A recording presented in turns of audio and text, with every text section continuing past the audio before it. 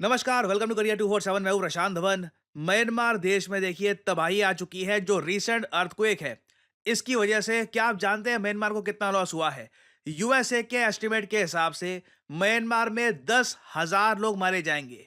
अभी के लिए म्यांमार की सरकार कह रही है कि ये कंफर्म्ड है कि म्यांमार देश में 1,000 लोग मर चुके हैं और 2-3 हज़ार मिसिंग है। यूएस कह रहा है कि जो डैमेज ये असेस कर पा रहे हैं अपनी सैटेलाइट्स के हिसाब से, म्यांमार में डेथ टोल आराम से 10,000 को क्रॉस कर जाएगा। म्यांमार ने पूरी दुनिया से मदद मांगनी स्टार्ट कर दी है। रिसेंटली डोनाल्ड ट्रंप से भी पूछा गया कि म्यांमार में भूकंप आया है, क्या आप हेल्प करोगे? डोनाल्ड ट्रंप से बाय द वे इसलिए पूछा गया क्योंकि यूएसए ने सैंक्शन लगा रखे हैं म्यांमार पे। यूएसए और म्यांमार के रिलेशंस काफी खराब हैं, तो ट्रंप ने भी यहां पर कहा है कि हाँ बिल्कुल हम म्यांमार की हेल्प करेंगे, इवन दो वहां पर डेमोक्रेसी नहीं है और दोनों के रिलेशंस काफी खराब हैं। There's been a very serious earthquake in Burma, Myanmar today, with up to several hundred killed. Yeah. The military regime there has asked for help from anybody. Yeah, we're going to be helping. You are We've gonna already be- alerted the people. Yeah, it's terrible what's happened. It's a real bad one, and we will be helping. We've already spoken with the country. Now ये statement देखिए बहुत बड़ी है। USA ने Joe Biden के under her type के relations cut कर दिए थे म्यांमार के साथ। यूएस ट्रेडिंग भी नहीं करता म्यांमार के साथ, कुछ इकोनॉमिक कुछ ट्रेड वगैरह यहाँ पर है नहीं।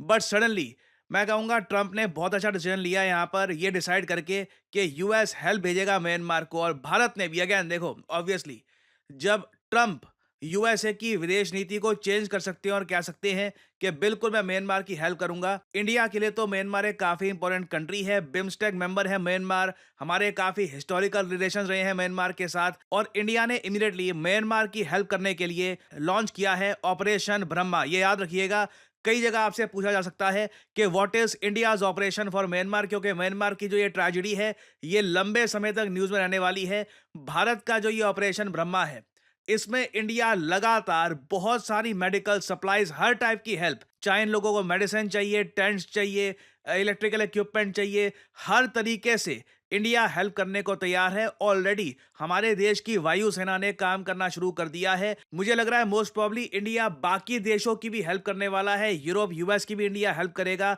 म्यांमार को सप्लाईज पहुंचाने में। क्योंकि म्यांमार से जो न्यूज आ रही है ये बहुत ज्यादा चिंताजनक है। इनके कई एयरपोर्ट भी बंद हो चुके हैं। जो इनका कैपिटल है नेपिता, वहां पर जो इनका मेन एयरपोर्ट है, बिल्कुल सेंट्रल एयरपोर्ट जो कनेक्ट करता है म्यांमार को पूरी दुनिया से, यहाँ पे जो टावर था ना, ये कोलैप्स कर गया।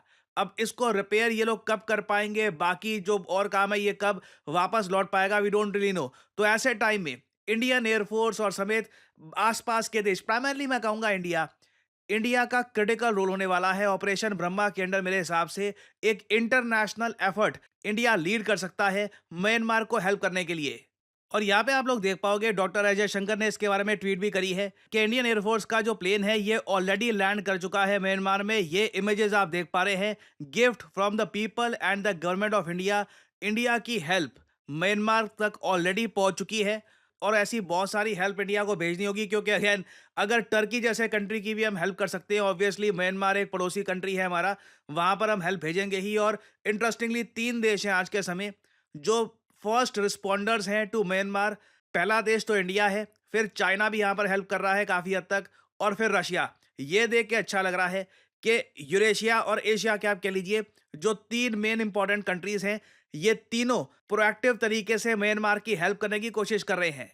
और अगर यहाँ पे आपका सवाल ये है कि ये जो भूकंप है, इसका जो मृतकों का आंकड़ा बताया जा रहा है ज्यादातर म्यांमार में ही है। थाईलैंड में भी न्यूज आई थी कि थाईलैंड की राजधानी बैंकॉक में बिल्डिंग्स हिल रही है, और चाइना का भी जो साउथ वेस्टर्न रीजन है वहां पर भी काफी ट्रेमर्स महसूस हुए हैं। तो बाकी जगह नुकसान नहीं हुआ। देखिए बैंकॉक में कुछ लोग मरे हैं, न्यूज आई है, मगर जो मैं कहूँगा 99% जो मेन डैमेज है वो म्यांमार ने सहा है। क्योंकि म्यांमार की जो लोकेशन है मैंडले, यहाँ पे एपिसेंटर था इस अर्थक्वेक का।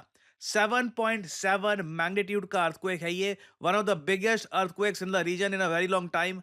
तो मेन डैमेज यहाँ पर म्यांमार का हुआ है। और थाईलैंड में यहाँ पर ये भी कहूंगा, थाईलैंड ने रिलेटिवली बेटर इंफ्रास्ट्रक्चर बना रखा था कंपेयर टू म्यांमार। बिल्कुल थाईलैंड में जो वो आपने देखा होगा वहां पे जो टेरेस स्विमिंग पूल है उसका पानी काफी गिर गया, कई लोग वहां पे भी इंजर्ड हुए, वो सब अलग बात है। मगर ओवरऑल जो बिल्डिंग्स हैं बैंकॉक में या फिर थाईलैंड में, वो ज्यादा अर्थक्वेक रेजिस्टेंट थी compare to the buildings in Myanmar. और इस सब के बीच में आपने नोट किया होगा सब लोग बात कर रहे हैं सगाईजिंग फॉल्ट के बारे में। और क्यों एक डर बना हुआ है कि सगाइजिंग फॉल्ट की वजह से लगातार आने वाले समय में म्यांमार, बांग्लादेश, थाईलैंड, ये जो सारा रीजन है यहाँ पर भूकंप आ सकते हैं। देखिए मैं यहाँ पर ये कहूँगा, वर्स्ट केस सिनेरियो कभी अगर ये ना हो जाए कि कोई जो डैम है ना वो डैमेज हो जाए, ये मैं कहूँगा that will be disasters for the region. और इसलिए कई एनवायरमेंटलिस्ट ये कहते हैं कि Myanmar, Bangladesh, even north east का जो थोड़ा बहुत रीजन है, थाईलैंड, यहाँ पर ना कोई मेजर अगर आप डैम बनाते हैं तो उसको अर्थक्वेक रेजिस्टेंट बनाना बहुत ज़्यादा इंपॉर्टेंट है। एंश्योर करना बहुत इंपॉर्टेंट है कि कल को वो एक बहुत बड़ा अर्थक्वेक सह पाए, क्योंकि सगाइजिंग फॉल्ट जो है वो इस तरीके से आज के समय खड़ा है कि टेक्टोनिक प्लेट एक साइड की ऊपर जा रही है, दूसरी साइड की नीचे जा रही है। ये मैं आपको दिखाता हूँ। नाउ ये आपके सामने एक बहुत अच्छा फिजिकल मैप है। कोई इंटरनेशनल बाउंड्री यहाँ पर ड्रॉ नहीं हो रखी। जो भी लाइंस आप देख रहे हैं ना, ये टेक्टोनिक प्लेट्स की है कि ज़मीन के नीचे किस तरीके से टेक्टोनिक प्लेट्स कहाँ पर जा रही हैं और किसकी वजह से अर्थक्वेक होते हैं। अब जैसे इंडियन प्लेट, जैसे आप लोग जानते हैं, ये कॉन्स्टेंटली एशियन प्लेट में, बाकी जो एशिया की प्लेट है तिब्बतियन प्लेटों में, ये पुश कर रही है। कल को जो मान लो भगवान ना करे बट कोई भूकंप आता है Delhi, Nepal, north eastern region, Uttarakhand में, तो उसका रीजन यही होगा कि कॉन्स्टेंटली जो ये प्लेट है it is pushing upwards.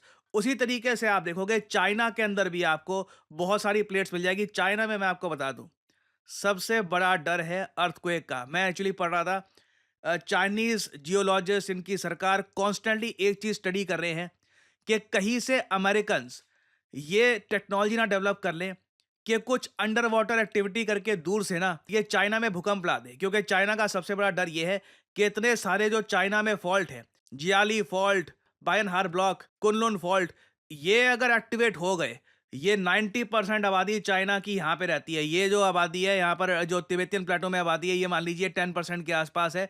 90% China की आबादी यहाँ पे रहती है। कल को डिस्ट्रक्शन अगर हो गई, यहाँ पे लगातार भूकंप आ गए, चाइना कई सदियों पीछे जा सकता है। तो this is China's biggest fear. और आप एक बात नोट करना, नीचे म्यांमार में आपको दिख जाएगा यहाँ पे सगाइंग फॉल्ट। ये पिछले बताया जा रहा है 30 सालों में काफ़ी एक्टिव हो चुका है। इनिशियली काफ़ी हद तक यहाँ पे जो टेक्टोनिक एक्टिविटी थी थम गई थी, फिर अचानक से हमने देखा है कि जो प्लेट्स हैं, ये एक प्लेट साउथ की तरफ जा रही है, एक नॉर्थ की तरफ जा रही है। इसकी वजह से फ्रिक्शन होती है और अनफॉर्चुनेटली जो ये भूकंप के केसेस हैं, ये लग रहा है आने वाले समय में इस रीजन में बढ़ेंगे। ना सिर्फ इस रीजन में, हम देख रहे हैं कि टेक्टोनिक प्लेट्स सडनली एशिया में they have started moving a bit. मैं सरप्राइज नहीं होऊंगा, अगेन मैं यहाँ पर obviously being a human being ये भी कहूंगा भगवान ना करे, बट मैं सरप्राइज नहीं होऊंगा कि सगाइंग फॉल्ट के बाद चाइना में भी एटलीस्ट जो इनका सेंट्रल पार्ट है या फिर जो इनका यहाँ पर ईस्टर्न पार्ट है, यहाँ पर भी कुछ टेक्टोनिक एक्टिविटी देखी जाए, यहाँ पर भी भूकंप आ सकता है। और अगेन ये बात सिर्फ मैं नहीं कह रहा, इसके बारे में आप बहुत सारे जो रिसर्च पेपर्स है पढ़ सकते हैं। ये ऑनलाइन अवेलेबल है, चाइनीज साइंटिस्ट द्वारा किए गए रिसर्च पेपर्स है। ऐसा नहीं है कि किसी अमेरिकन ने इसको पब्लिश कर दिया है। यहाँ पे इन्होंने प्रिडिक्शन करी है कि जो सेस्मिक एक्टिविटी हो रही है, तो 2021 से लेकर 2030 के बीच में एक बड़ा अर्थक्वेक आ सकता है चाइना में। और चाइना को सबसे बड़ा डर इस बात का है कि जो इनके डैम्स हैं ये इसमें बुरी तरीके से डिस्ट्रॉय ना हो जाए। यहाँ पे आप देख पाओगे, this paper presents A comprehensive analysis of the relative risk of strong earthquakes that may occur in the coming 10 years on major faults in the active tectonic block boundary zones in the Chinese mainland. So मैं यहाँ पर यही कहूँगा कि आने वाले समय में उम्मीद यही है कि ये रीजन मिलकर ऐसी नेचुरल क्लैमिटी से लड़े, क्योंकि अगेन हमें पता नहीं यहाँ पर कल किसका नंबर आएगा। ठीक है, ये ऐसी चीज़ है जहाँ पर हमारी जो भी टेक्नोलॉजी, जो भी आप कह लीजिए ईगो, प्राइड, सब कुछ नीचे हो जाती है। कब कहीं पे कहाँ भूकंप आ जाए, दसियों हजारों लोग, आप सोच कर देखो, 10,000 लोग मारे जाएंगे। ठीक है, कितनी सारी फैमिलीज हैं ये से इम्पैक्ट होंगी। कम से कम 50-60 हजार लोग अपना कोई करीबी खो देंगे। बहुत बड़ा इवेंट है ये अपने आप में।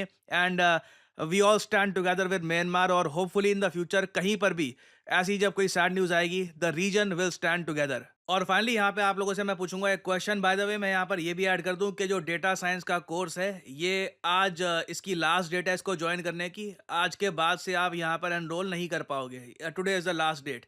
और यहाँ पे आप देख पाओगे, क्वेश्चन है वो कौन सा एशियन कंट्री है जहाँ पर रिसेंटली 27 लोग मारे गए, हजारों हेक्टेयर की जो जमीन है ये बर्बाद हो गई, वाइल्ड फायर की वजह से आग लग चुकी है, यहाँ पर जंगलों में नेचर डिस्ट्रॉय हो चुकी है। बताइए यहाँ पर कि ये जो वाइल्ड फायर है रिसेंटली किस एशियन कंट्री में तबाही मचा रही है। ये है यहाँ पे आपकी option, south Korea, Japan, China या पाकिस्तान। कमेंट सेक्शन में करिए उत्तर।